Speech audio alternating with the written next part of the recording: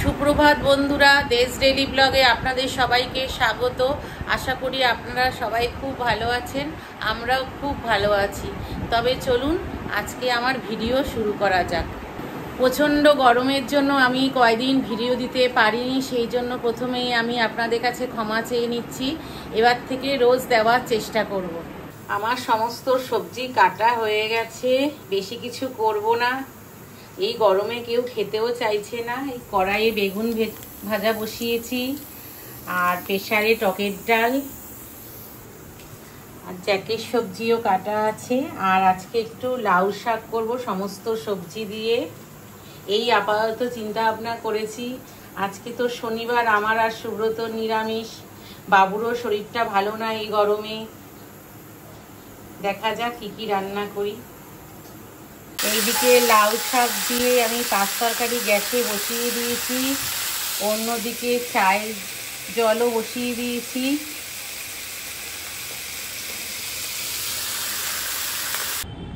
আমরা এখন একটু চা খেয়ে নিচ্ছি, আর জ্যাক বাবাও ঠান্ডা ঘরে বসে বসে টুকটুক করে বিস্কিট খাচ্ছে। সে এখন এই ঘর থেকে একদম নরম চরম, একদম নড়বে না। আর দাদাভাইকেও চা দিয়ে দিয়েছি, সেও শুয়ে শুয়ে মোবাইল ঘাঁটছে। রোজকার মতো চা ঠান্ডা হবে, তারপরে সে খাবে। আমার লাউ শাক দিয়ে পাঁচ তরকারি একদম রেডি হয়ে গেছে। অন্যদিকে ভাতও বসিয়ে দিয়েছি। গরমে না কিছুই করতে ইচ্ছা করে না। আর আমাদের তো টপ ফ্লোর, সাংঘাতিক গরম। ছাদের গরমটা পুরো পড়ে। নমস্কার বন্ধুরা, আমি আজকে আপনাদের করে দেখাবো ছানার ডালনা। ছানার ডালনা করতে প্রথমেই লাগবে ছানা। আমি এখানে 1 কেজি দুধের ছানা করে নিয়েছি। আর লাগবে কাজু কিশমিশ, টমেটো, আদা। আর লাগবে কিছুটা পরিমাণে গরম মশলা, আর কিছু লাগবে ফ্রেশ ক্রিম, ঘি, আর কিছুটা পরিমাণে কর্নফ্লাওয়ার। আর রান্না করতে তো স্বাদ মতো লবণ, চিনি, নুন এগুলি তো লাগেই। তবে চলুন শুরু করা যাক আজকে আমার রেসিপি ছানার ডালনা। ছানার ডালনা করতে প্রথমেই আমি ছানার মধ্যে কিছুটা পরিমাণে দিয়ে দিচ্ছি হলুদ গুঁড়ো, কর্নফ্লাওয়ার,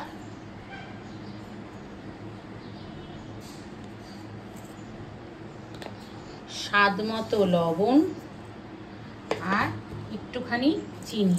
এবার সমস্ত উপকরণ এটা আমি হাত দিয়ে ভালোভাবে মেখে নেব। আপনারা ছানাটা যতক্ষণ না মোটামুটি একটা এরম ভাব তৈরি হচ্ছে ততক্ষণ চটকিয়ে যাবেন।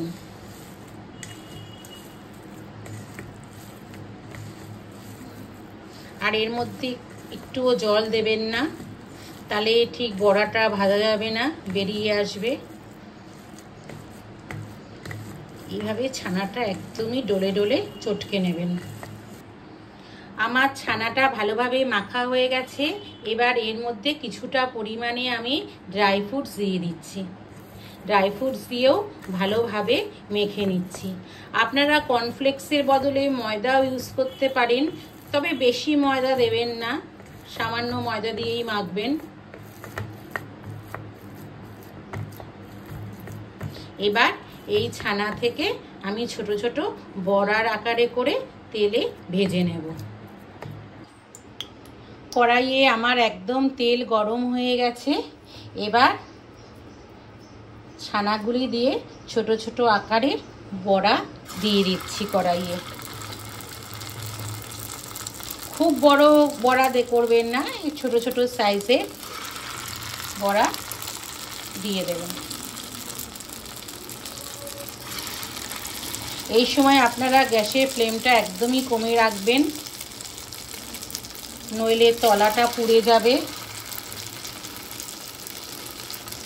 এইভাবে আমি সমস্ত বড়া ভেজে নেব। আমার ছানার বড়াগুলি সমস্ত ভাজা হয়ে গেছে। এবার কড়াইয়ে আমি ওই তেলেই কিছুটা পরিমাণে গোটা জিরা ফোড়ন দিয়ে দিচ্ছি, আর দিচ্ছি কিছুটা পরিমাণে এলাচ আর দারচিনি দিয়ে ভালোভাবে নাড়িয়ে নিচ্ছি। এবার এর মধ্যে দিয়ে দিচ্ছি আগে থেকে পেস্ট করা টমেটো, আদা, ধনে গুঁড়ো, জিরার পেস্টটা আমি এর মধ্যে দিয়ে দিলাম। এবার সমস্ত উপকরণটা ভালোভাবে মিশিয়ে দিচ্ছি। আমার মশলা ভালোভাবে কষানো হয়ে গেছে। এবার এর মধ্যে দিয়ে দিচ্ছি কিছুটা পরিমাণে কাশ্মীরি মির্চ, হলুদ গুঁড়ো, স্বাদ মতো লবণ আর অল্প একটু চিনি। সমস্ত উপকরণ দিয়ে ভালোভাবে মিশিয়ে নিচ্ছি। সমস্ত মশলা আমার ভালোভাবে কষানো হয়ে গেছে। এবার এর মধ্যে দিয়ে দিচ্ছি অল্প পরিমাণে জল। জল দিয়ে সমস্ত মশলাটা এবার ভালোভাবে জলের সাথে মিশিয়ে নিচ্ছি।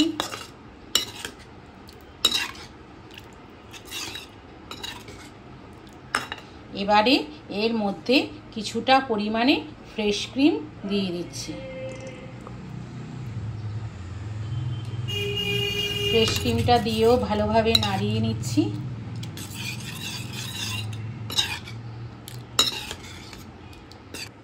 গ্রেভিটা একদম আমার ফুটে গেছে।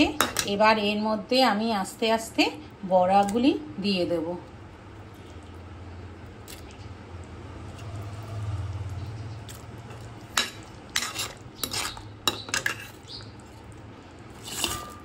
সমস্ত বড়াগুলি আমি দিয়ে দিয়েছি। এবার ভালোভাবে বড়ার সাথে গ্রেভিটা মিশিয়ে নিচ্ছি। আজকে আমার ছানার ডালনা অলমোস্ট রেডি হয়ে গেছে।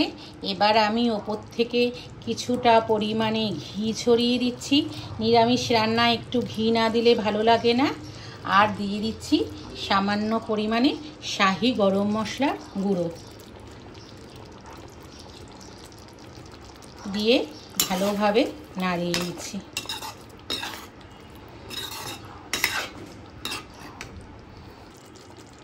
আজকে আমার ছানার ডালনাটা একদম রেডি হয়ে গেছে। নিরামিষের দিনে এটা খেতেও যেমন ভালো লাগে, আর ছানার গুণাগুণ নতুন করে তো কিছু বলার নেই। এটা বাচ্চারা বড়রা সবাই খেতে পারে, খুবই ভালো লাগে খেতে। আজকে আমার ভিডিওটা যদি আপনাদের ভালো লেগে থাকে তাহলে please like, share and subscribe করে দেবেন। সবাই ভালো থাকবেন, সুস্থ থাকবেন। দেখা হচ্ছে অন্য কোনো ভিডিওতে।